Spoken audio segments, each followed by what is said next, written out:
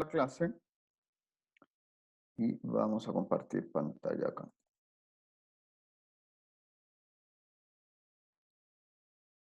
Mientras esto carga.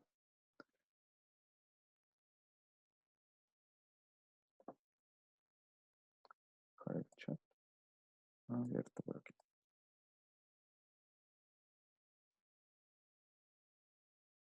Ya. Bueno, en primer lugar, darles la bienvenida a la clase. Espero que estén todos y todas súper bien. Quería partir igual preguntándoles si tienen alguna duda, algo que quieran resolver, que tengamos ese espacio antes de la clase, sobre todo sabiendo que ya nos acercamos hacia la finalización del año, ¿ya? Entonces tenemos que irnos poniendo al día con las distintas cosas, las distintas guías que tenemos. Yo les hice llegar una planilla con notas actualizadas en la semana pasada, pero ya esta semana les voy a estar enviando otra. Yo creo que entre mañana o el viernes con más seguridad, les voy a enviar una nueva planilla para que vayan viendo constantemente qué guías les faltan, cómo están sus notas eh, y qué cosas tienen que ir entregando, ¿ya? Yo me estoy poniendo al día también con la revisión de algunas cosas. Así que eso en general, y quería preguntarles igualmente si tenían alguna duda que resolver con eso, ¿ya? Recordemos, chiquillos y chiquillas, que el año va a cerrar el 4 de diciembre, entonces no nos queda tanto, nos quedan como 3 semanas, si no me equivoco. A ver, voy a ir acá. Nos quedarían 1, 2, 3 semanas. 3 semanas exactamente. 3 semanas y 2 días. Eh, ¿Ya? Entonces, igual mencionarles que con esta finalidad vamos a tener esta clase, vamos a tener la próxima también, ¿cierto? En donde vamos a pasarles, les voy a pasar yo también el formulario de Google, donde van a tener que responder algunas preguntas que son atingentes a la clase, ya a esta y a la próxima, y van a tener ahí también una semana de plazo para poder enviármela, ¿ya? Pero vamos a tener estas dos clases, van a ser las últimas del año, entonces ahí igual les pido harta atención, harta participación, eh, porque ya estamos acercándonos hacia la finalización de nuestras actividades este año, ¿ya? Así que eso, en general. Entonces, cosas que son importantes que me interesa que recuerdan, el sistema de clases, entonces nosotros vamos a tener clases hasta la próxima semana, luego vamos a tener la subsiguiente un espacio para resolver dudas y vamos a dar también ahí, yo me voy a conectar a la misma hora de clase para poder ver si es que tienen alguna duda, pero también dándoles el tiempo para que se terminen de poner al día y no ir agregando nuevos contenidos. ¿Ya? Porque ahora nuestro foco también tiene que ser entregar todas aquellas cosas que no hemos entregado durante el año. Eso, y también insistir en que si tienen alguna duda, por favor me contacten de manera interna a través de WhatsApp, posiblemente. Creo que es lo que me parece más fluido para poder responderles en un horario prudente, sí, por favor, que me llegan solicitudes de repente los fines de semana o a horas súper tarde, y eso también, chiquillos y chiquillas, ¿ya? Esperen al otro día y respetemos también los horarios, ¿ya? Se los pido. Si no hay dudas, entonces vamos a partir con la clase, ¿ya? Estamos en la clase de lengua y literatura y vamos a tener una clase magistral sobre literatura latinoamericana, ¿ya? Estuvimos viendo un poco de esto en segundo medio, ¿ya? Es materia en donde en segundo medio es bien importante, pero también es necesario reforzarla, ¿ya? Es necesario reforzarla porque es súper importante que nos quede claro de dónde viene todo este concepto de literatura latinoamericana, cómo se origina, porque va a estar muy vinculado también con las artes y con la historia, ¿ya? Entonces nos ayuda también a relacionar de repente distintos conceptos, distintas ideas, y analizar también con mayor profundidad un fenómeno, ya como el surgimiento de la literatura en Latinoamérica, en un periodo bien posterior a cómo se había dado, ¿cierto?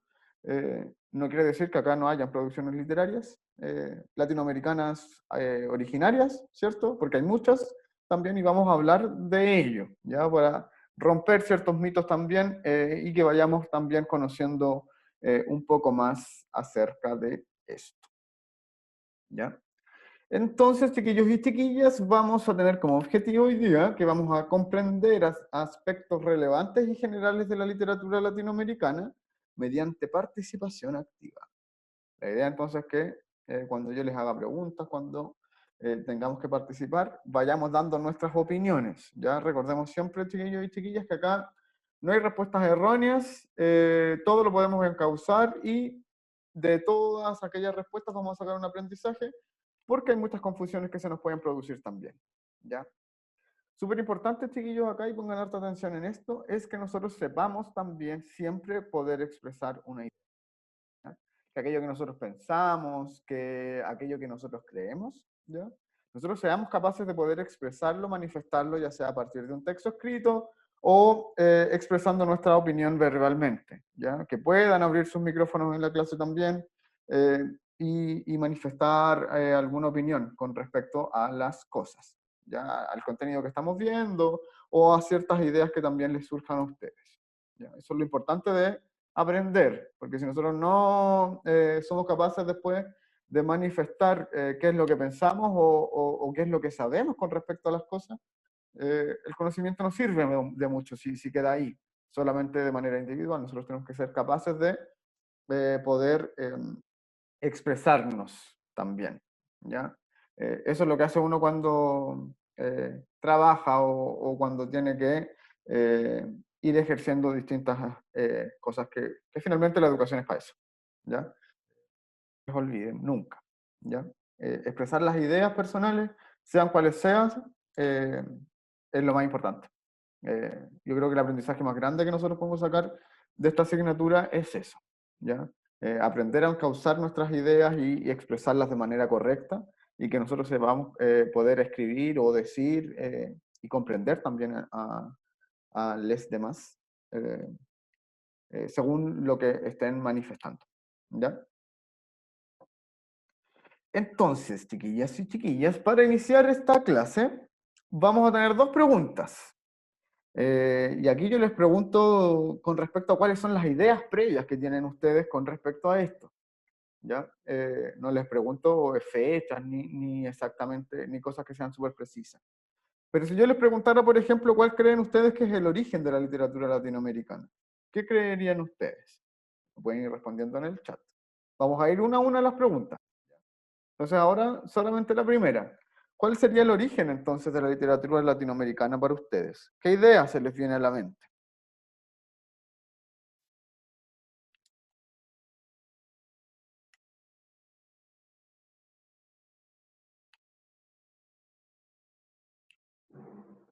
Pueden ir anotando en el chat o pueden abrir sus micrófonos.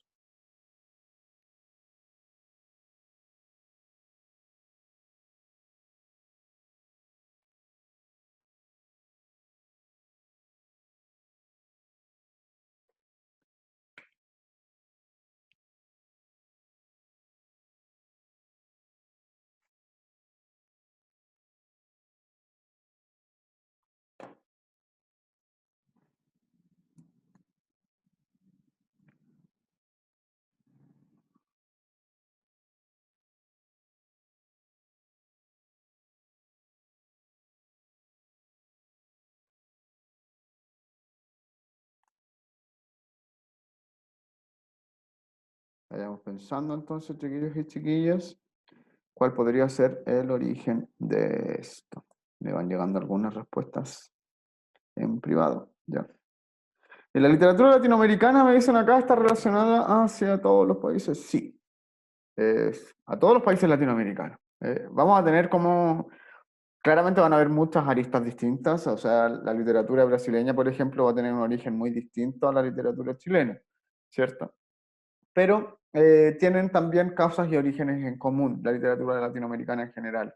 Y sobre todo, y tratemos de hablar en este caso de los países hispanohablantes, ¿ya? Eh, pero sí, casi todos van a tener un origen en común que va a estar propiciado por algún acontecimiento, ya que vamos a ir viendo también. Me preguntan por acá también si tiene que ver con la lengua en latín. Claro, debería tener que ver con la lengua en latín. ¿Por qué? Porque el español es una lengua romance y el romance es una lengua que proviene del latín. ¿Ya?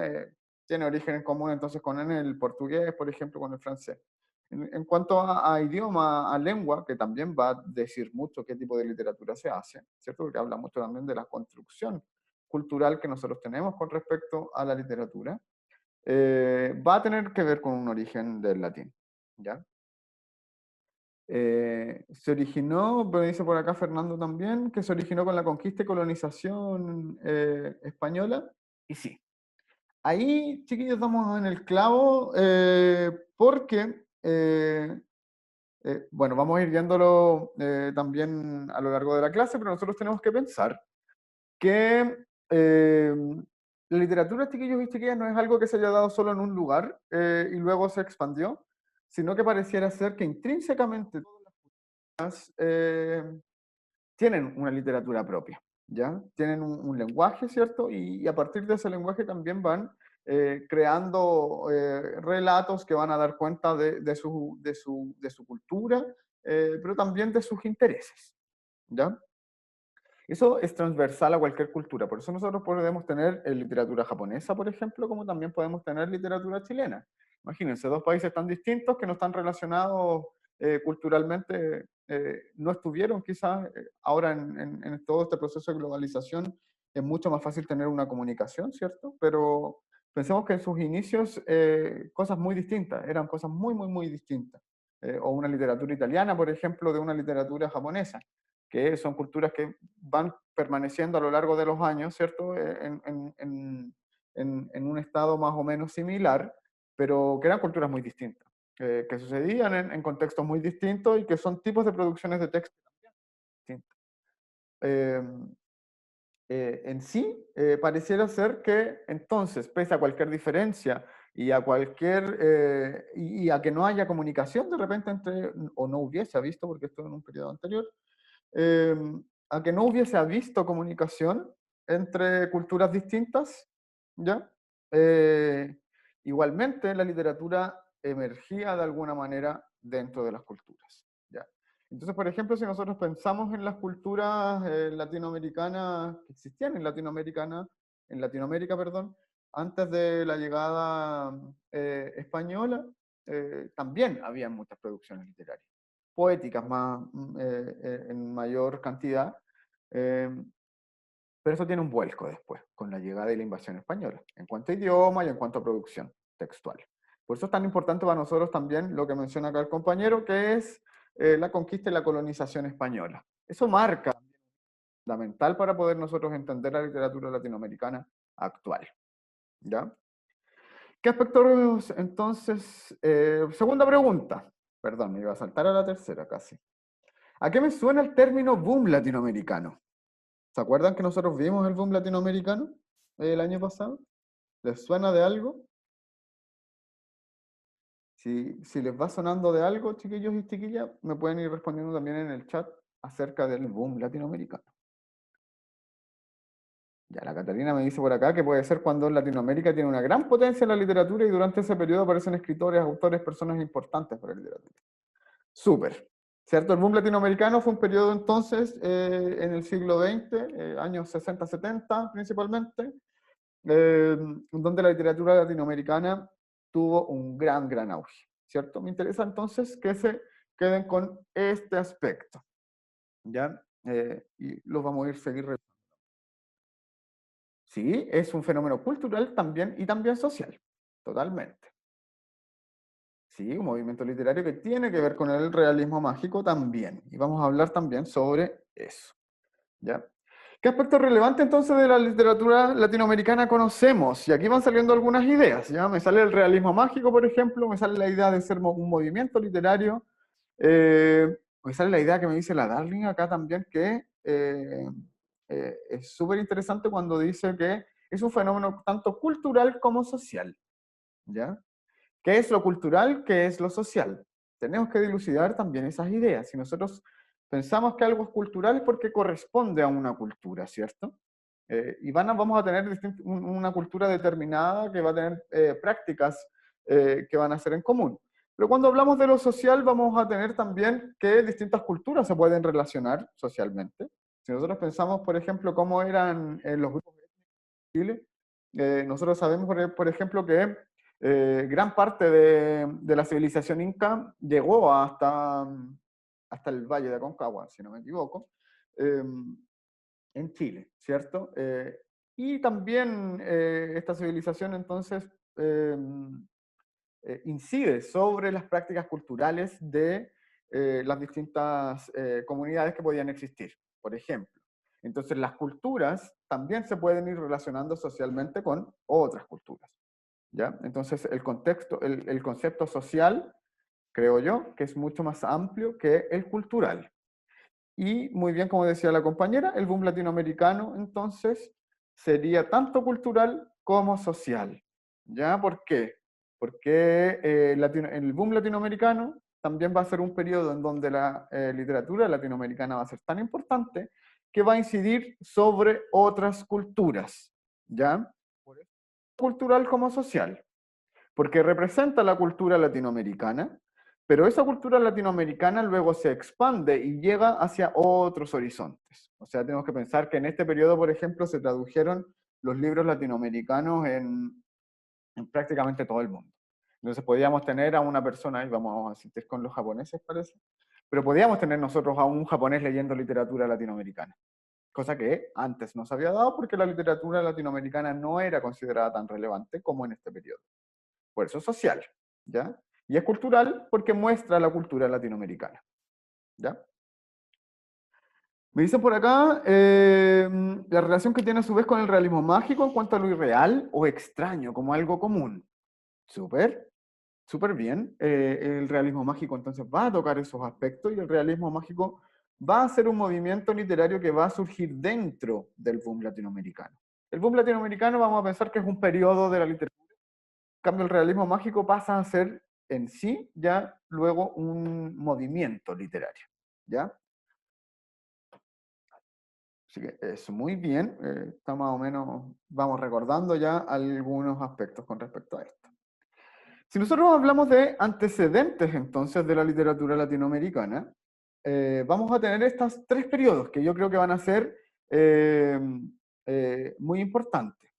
Me sale una duda por acá. ¿El romanticismo está incluido en el boom latinoamericano? No. El romanticismo es siglo XIX, ¿ya? Principalmente. Siglo XIX, y es mucho más occidental, mucho más, se da, no es que no se haya dado en Latinoamérica, también se dio, pero se da con mucha más fuerza en Europa y surge en Alemania. Ya el romanticismo es otro periodo que viene luego del neoclasicismo, ¿ya? Y el boom latinoamericano es bien posterior, es como un siglo posterior a todo este periodo, ¿ya? El romanticismo es un periodo de cuestionamiento en torno a la naturaleza, al entorno y a la libertad, ¿ya? Esas son como sus premisas, porque venía de un periodo que era mucho más normativo en torno a la academia y el aprendizaje, ¿ya?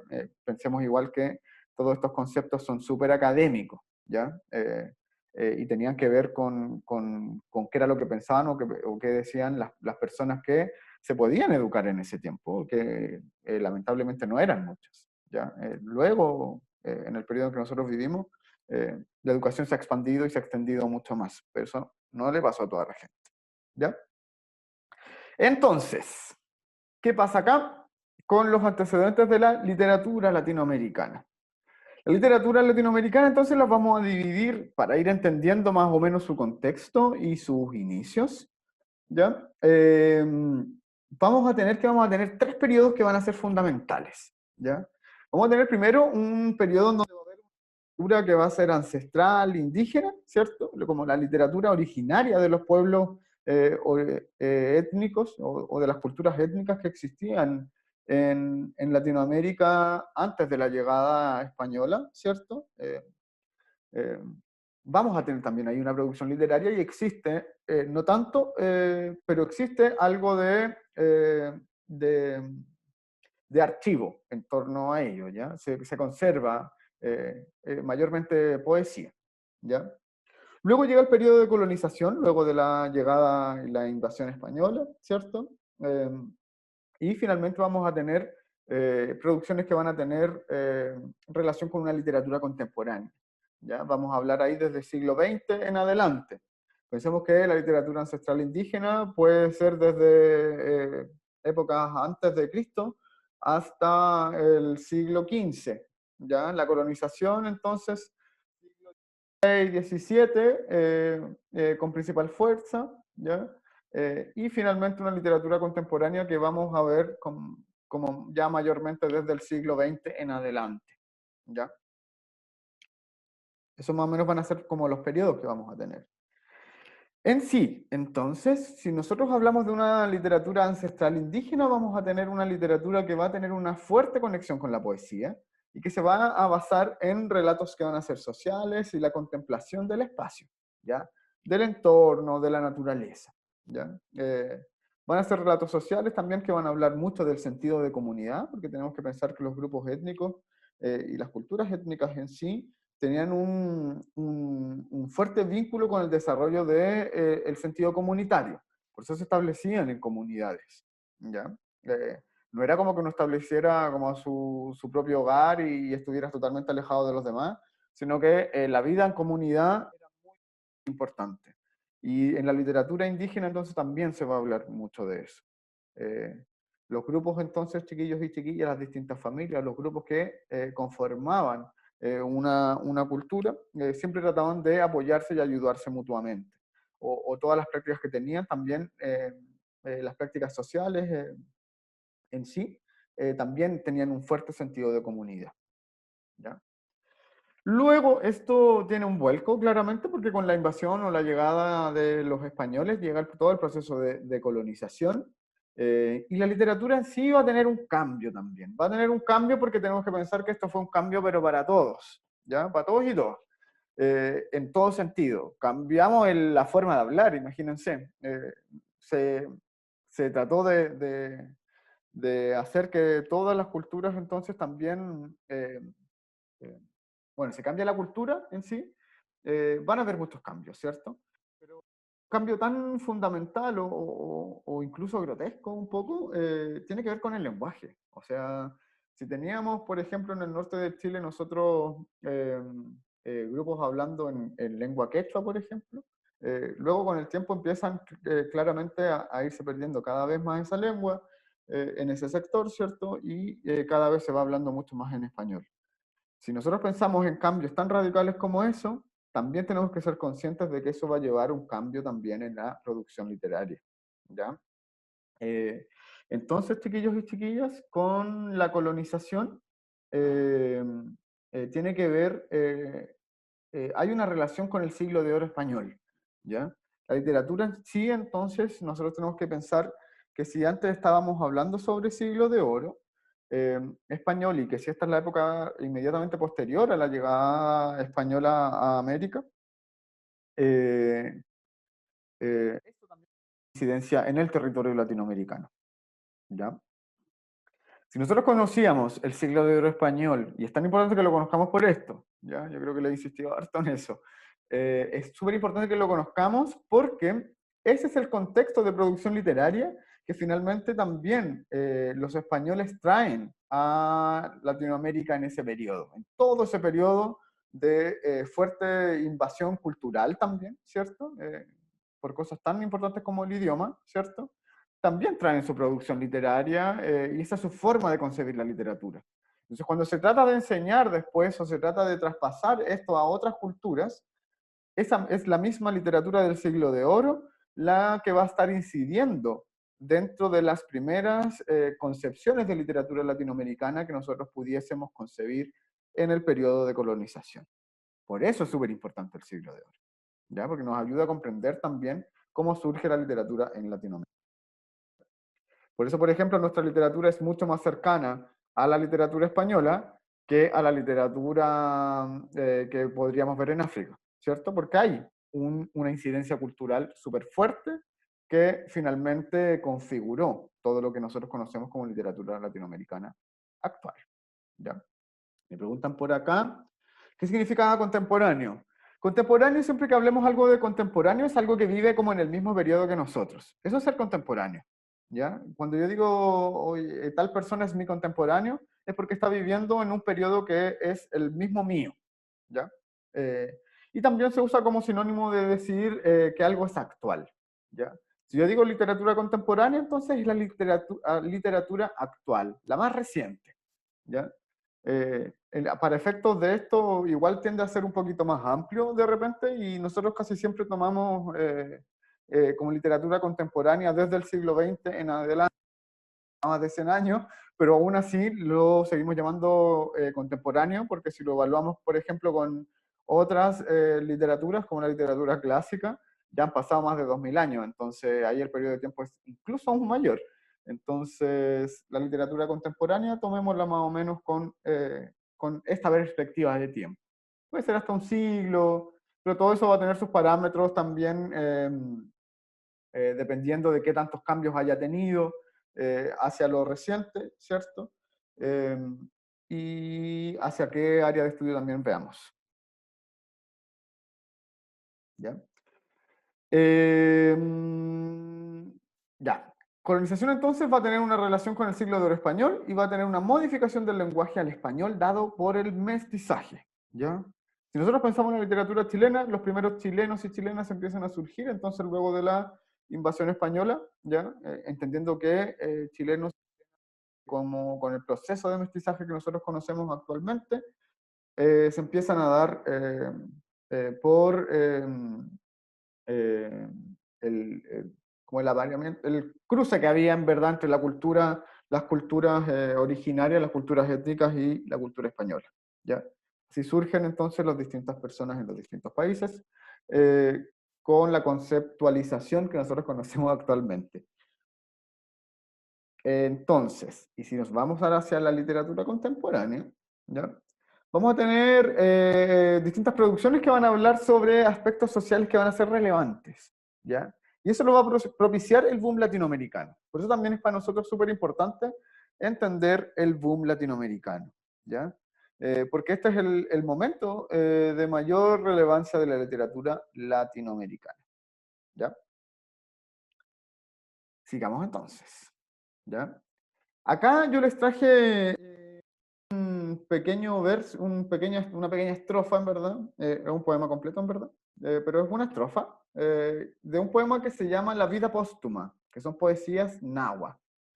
Y los nahuas son una cultura que estaba al sur de la cultura azteca, casi al norte de la maya. ¿Ya? Entendamos, sí, que la cultura maya ya no existía cuando llegaron los españoles. ¿Ya? Había caído la civilización maya antes. ¿Ya? La cultura azteca entonces sí tenía una incidencia sobre las culturas nahuas que están en el sur de México. ¿Ya? Y los nahuas tienen un sinfín de cantos que han sido bien estudiados académicamente, porque es uno de los registros que tenemos de producción literaria latinoamericana antes de la llegada española. ¿Ya? Y acá tenemos una estrofa de un poema que se llama La vida póstuma. Lo vamos a leer entonces y vamos a ir dilucidando más o menos qué cosas, qué nos llama la atención de este poema.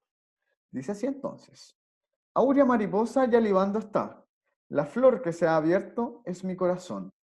Oh amigos míos, es una flor fragante, ya la esparzo en la lluvia. Si nosotros miramos este poema, ¿hacia qué cosas se va a referir? ¿O qué objetos utiliza este poema? ¿Qué tipo de objetos tiene? Porque yo no veo una ciudad en este poema, por ejemplo, ¿cierto? ¿Qué cosas veo yo en este poema?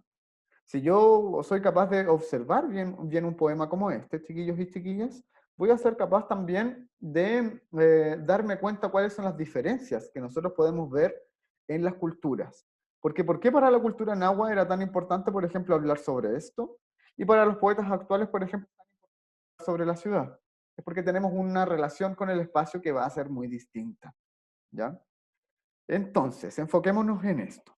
¿Sobre qué cosas nos habla este poema?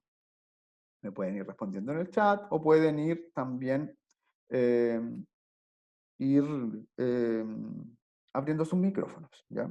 Como dato también tenemos acá que La vida póstuma, este poema, fue creado con el motivo del deceso del príncipe Tlacahuepan. En la poesía náhuatl, el tema de la muerte está muy presente y ese es un ejemplo de ello.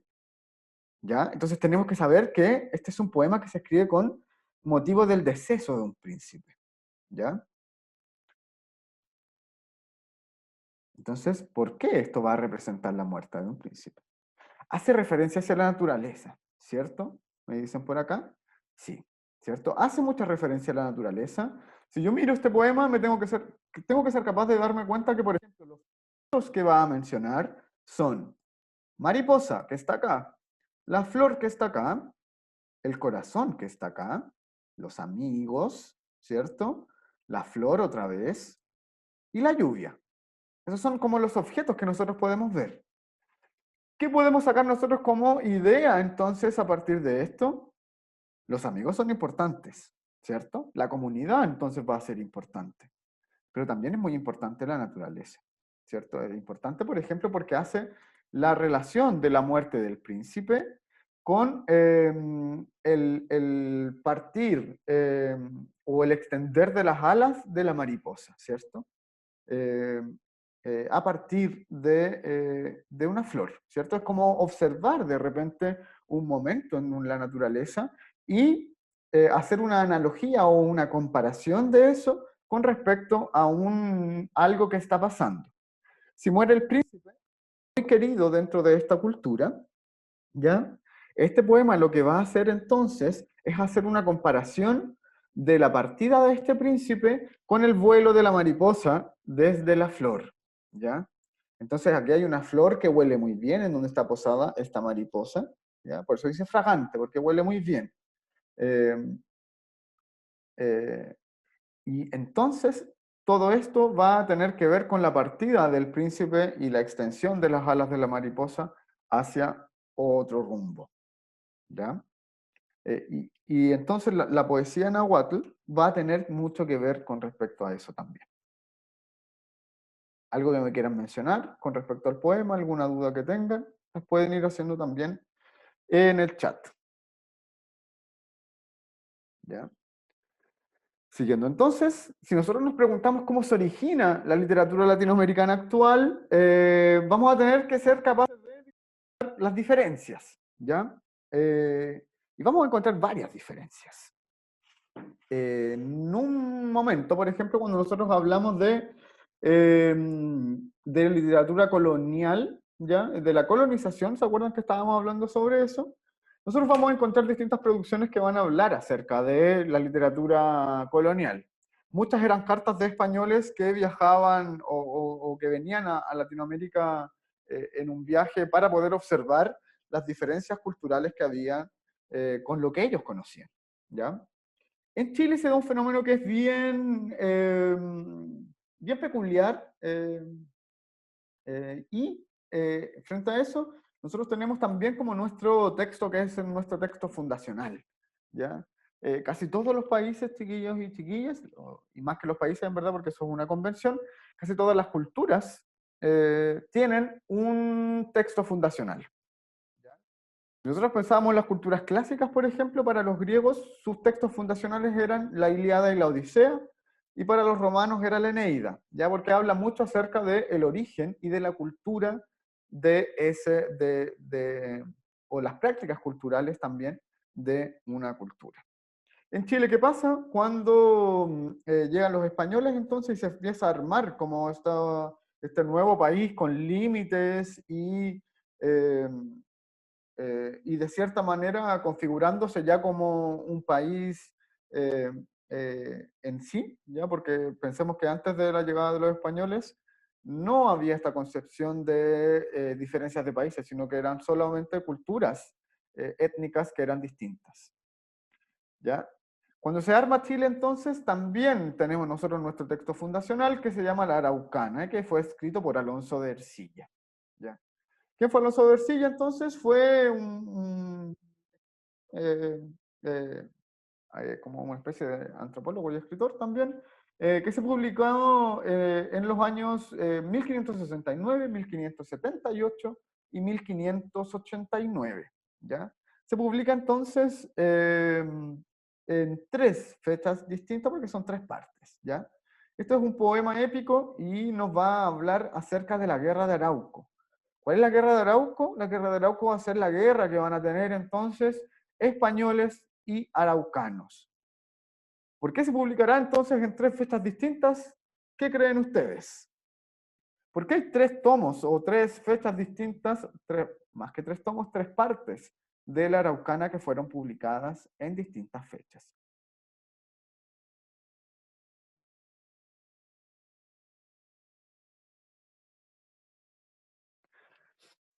La pregunta es entonces, chiquillos y chiquillas, ¿por qué creen ustedes que este libro, La Araucana, que habla sobre la guerra de Arauco, se publica en tres fechas distintas?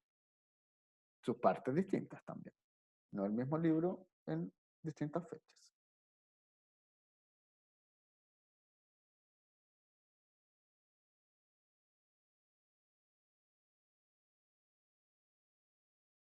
¿Qué idea se les viene a la mente?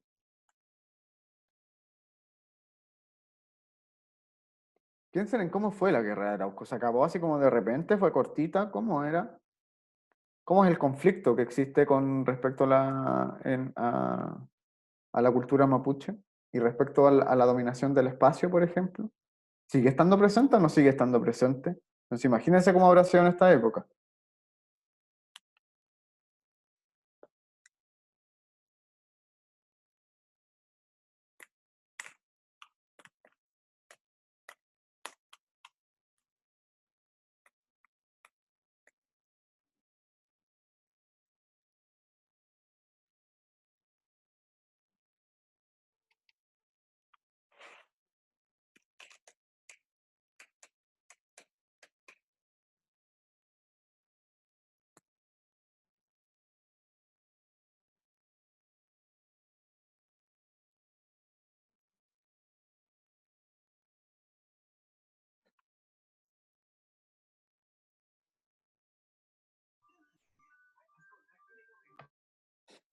Pensemos entonces, chiquillos y chiquillas, ¿por qué será entonces que se publica en tres años distintos, las tres partes distintas de la Araucana? O sea, puede tener muchos orígenes esta idea, ¿ya?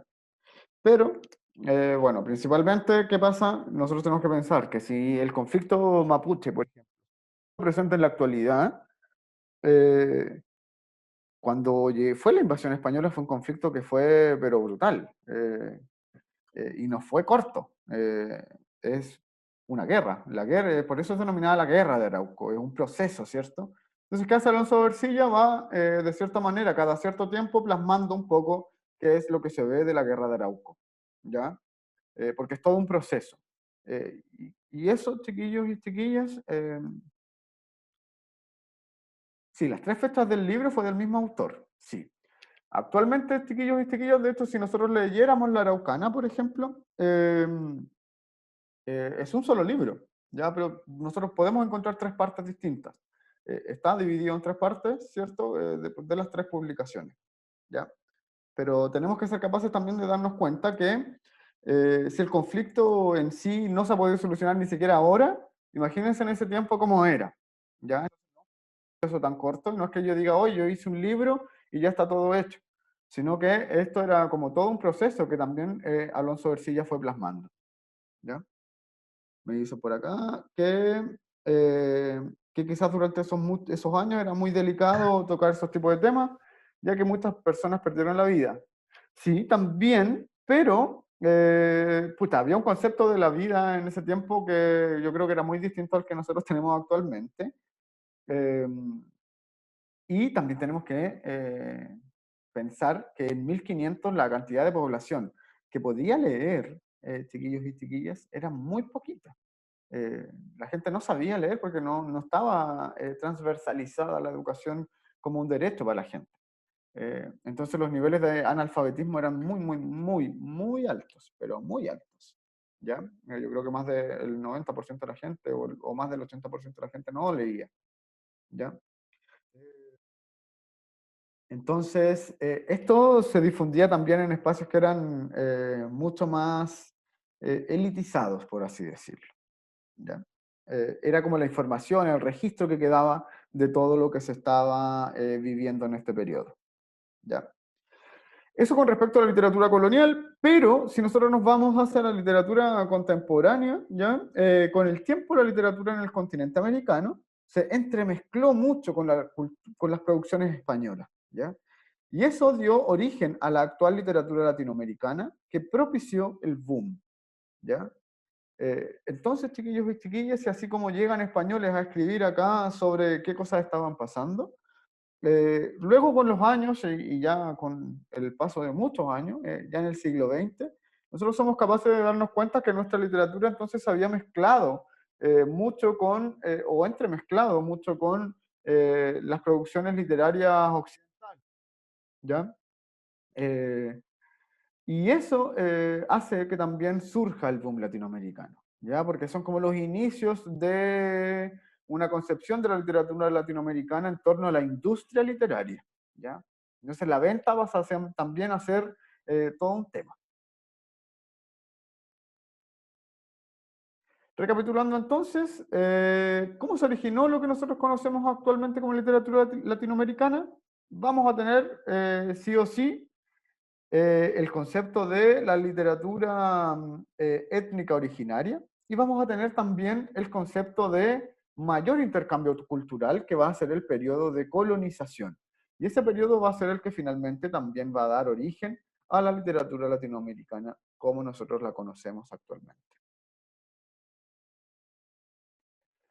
Si ahora nosotros hablamos acerca del boom latinoamericano, vamos a tener que este fue fenómeno editorial, chiquillos y chiquillas, que ocurrió entre 1960 y 1970, principalmente. ¿Ya? Hace varios años atrás, pero tampoco tantos. También vamos a tener que este boom latinoamericano, conocido como el periodo de mayor auge de la literatura latinoamericana, en donde hubieron grandes escritores, ¿ya? También estos escritores y digo escritores porque también hubieron mujeres, pero pucha, lamentablemente la literatura ha sido tan machista como la cultura en sí. Acá, por ejemplo, en Chile nosotros podemos encontrar muchas mujeres eh, que hacían producción literaria, pero muy pocas lograron tener cabida real. Si pensamos en Gabriela Mistral, ella se tiene que, por ejemplo, terminar yendo de Chile para poder tener cabida en un espacio cultural, literario y académico. ¿Ya? En Chile, por ejemplo, existió María Luisa, Teresa Bilsmont y Gabriela Mistral, que creo yo principalmente son las mujeres que participan dentro de la producción literaria en el siglo XX y son las primeras, en Chile al menos. Y en el boom latinoamericano esto no estuvo exento de todo esto, entonces también son en su mayoría, en su gran mayoría, y los más destacados fueron hombres, porque también se mermaba un poco la figura de la mujer. Eh, entonces, escritores desafiaron las convenciones establecidas de la literatura latinoamericana y su trabajo es súper experimental, porque están proponiendo algo novedoso, ¿ya? Debido al clima político de América Latina en la década del 60, también va a ser muy político, ¿ya? Entonces la literatura latinoamericana en este periodo, en el boom latinoamericano, va a ser muy político y también va a mostrar mucho la cultura local en torno a supersticiones y a llevar a un extremo todas las prácticas culturales de los sectores, de distintos sectores dentro de Latinoamérica. ¿Ya? Y las creencias populares también, que también se van a ver reflejadas en el boom latinoamericano. ¿Ya?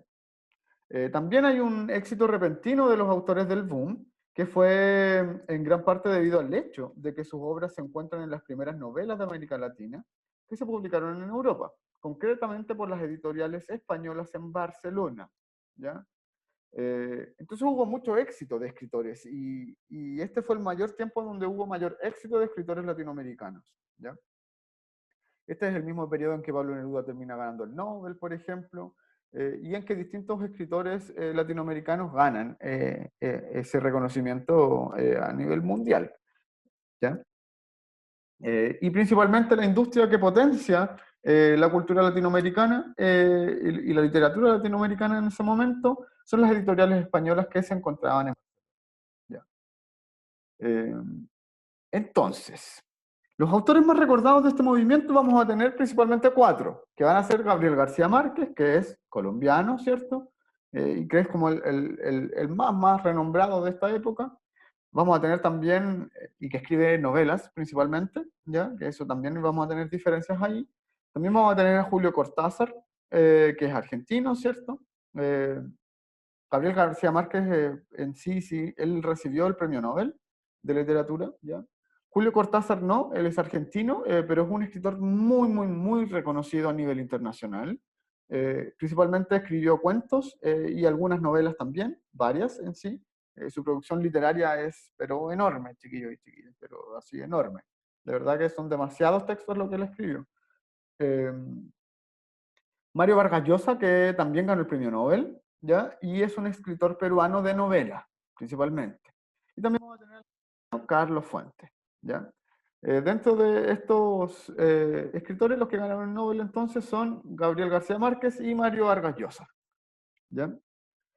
Dentro de este periodo, bueno, también hay, dentro del boom latinoamericano, chiquillos y chiquillas, también hay escritores chilenos. Principalmente hay uno, sí, que es José Donoso, ya de harto renombre dentro de esta época. Y si nosotros miramos esta foto que tenemos acá, ya que yo les puse en el objetivo, acá hay distintos escritores del boom latinoamericano, ¿ya? Tenemos acá a Gabriel García Márquez, tenemos a Carlos Fuentes y acá tenemos a José Donoso, por ejemplo, ¿ya?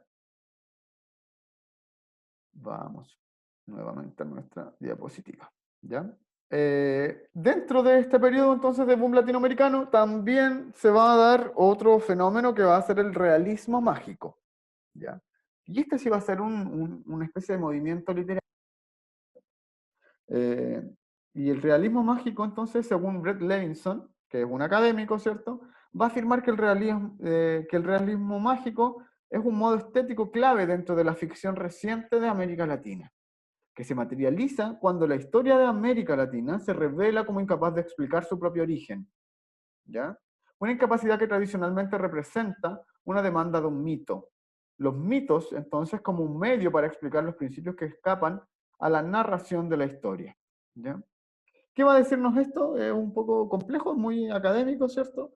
Pero lo que nos viene a decir finalmente este breve párrafo es que el realismo mágico va a estar muy mezclado con el mito y con las creencias populares espirituales de las culturas latinoamericanas.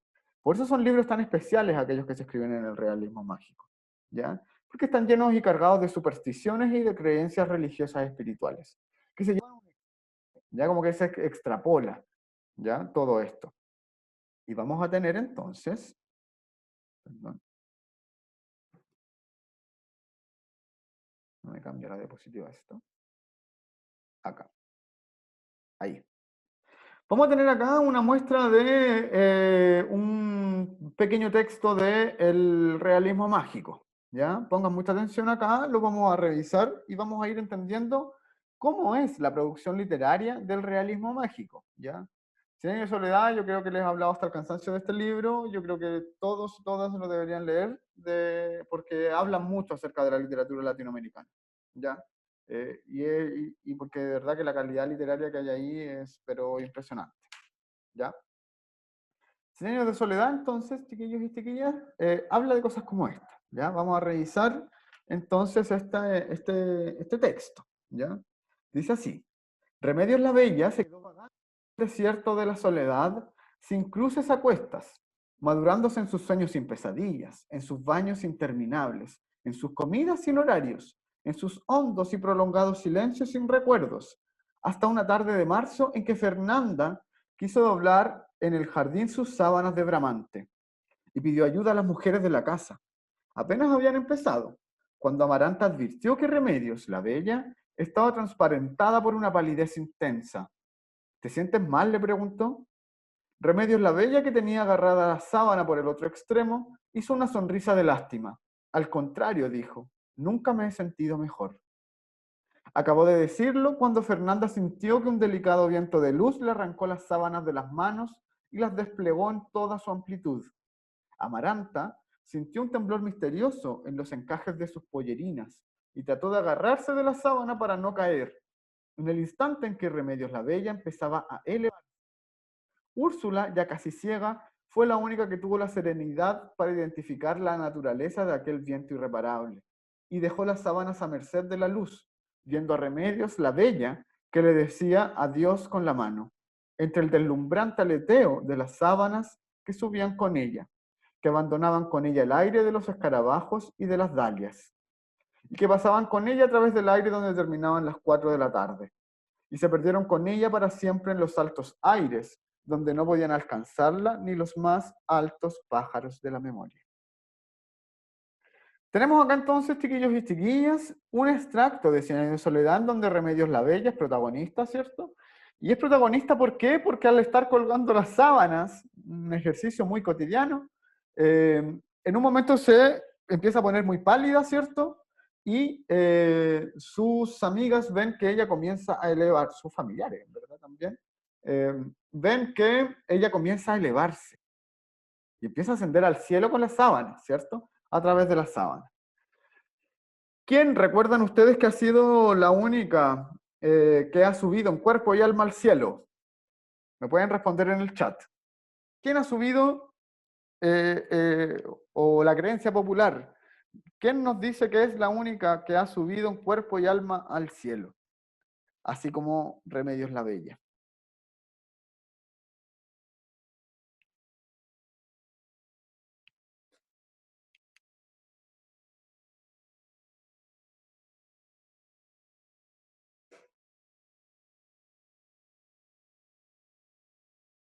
Perdón.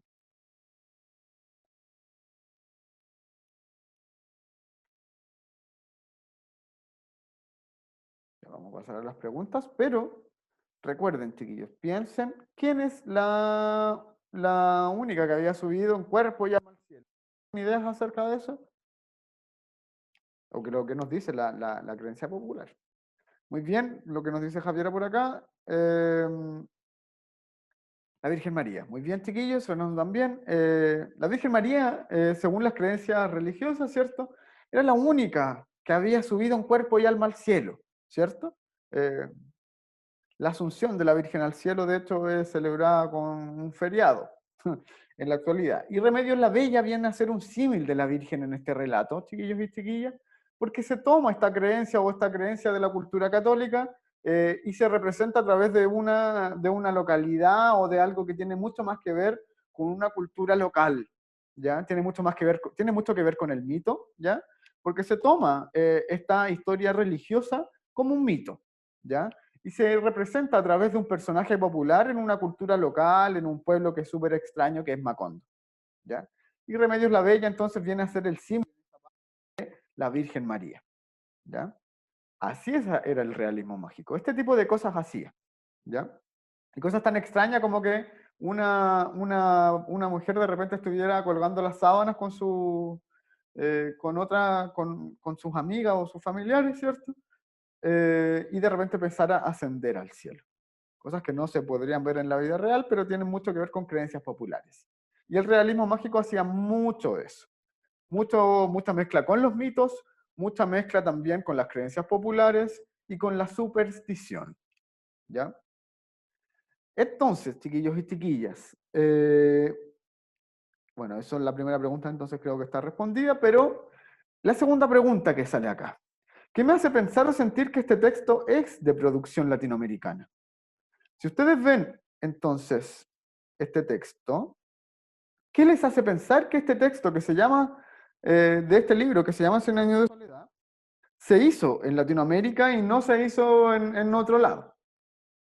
¿Qué les haría ver a ustedes, por ejemplo, eso?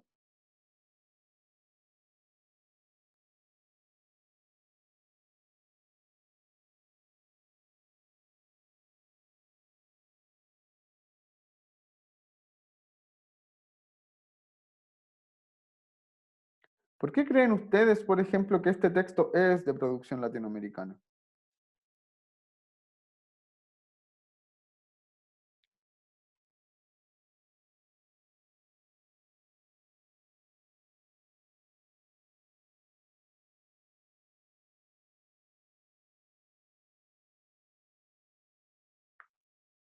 Pensemos, pensemos. ¿Qué nos hace creer entonces que este texto, o nos hace ver más que creer, qué nos hace ver que este texto sí fue producido en Latinoamérica?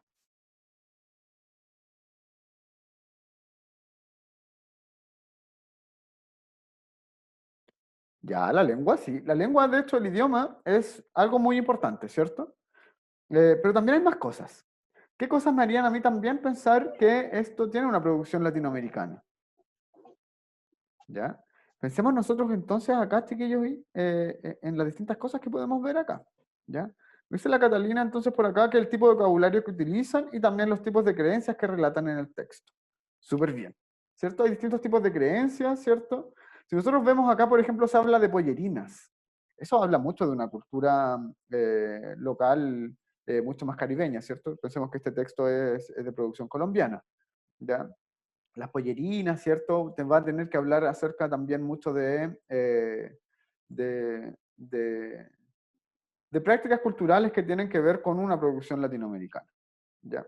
Eh, en sí. Pensemos en los nombres, por ejemplo, de personajes, como dice acá, Remedios, está Amaranta también, está Fernanda, ¿cierto? Eh, y en sí, muchas cosas entonces también van a ir dándonos ciertas luces de que esto tiene una producción en Latinoamérica, ¿ya? Eso lo vamos a dejar para otro. Eh, y eso, chiquillos y chiquillas. ¿Dudas con respecto a esta materia? ¿Algo que me quieran mencionar respecto de lo que vimos en esta clase? Ya Génesis me dice, por ejemplo, que el pensamiento, la identidad y la cultura nos van a hablar mucho acerca de esto. Y sí, claramente, ¿cierto? El pensamiento, se muestra también en el texto, el pensamiento de los personajes o qué es lo que viven, nos va a hablar mucho de eso. La identidad es un concepto que va a ser muy importante y que siempre lo tenemos que tener, ¿ya? La identidad es algo que nos define, chiquillos y chiquillas. Nosotros podemos pertenecer a muchas identidades distintas, pero van a haber identidades que nos van a ir definiendo también, ¿ya? Y la identidad que se ve reflejada en este extracto es una identidad latinoamericana. Y la cultura que también va a estar relacionada con eso. Eso, chiquillos y chiquillas, entonces, si no hay dudas, lo dejamos hasta acá. Yo les voy a enviar después el link de la clase para que la puedan revisar. Y recuerden que para esta guía tienen que llenar el formulario de Google, pero yo se los voy a enviar la próxima clase, ¿ya? La próxima clase vamos a seguir hablando sobre literatura latinoamericana, pero vamos a tener una mayor ejemplificación, ¿ya? Eso, chiquillos y chiquillas. Vamos, perdón.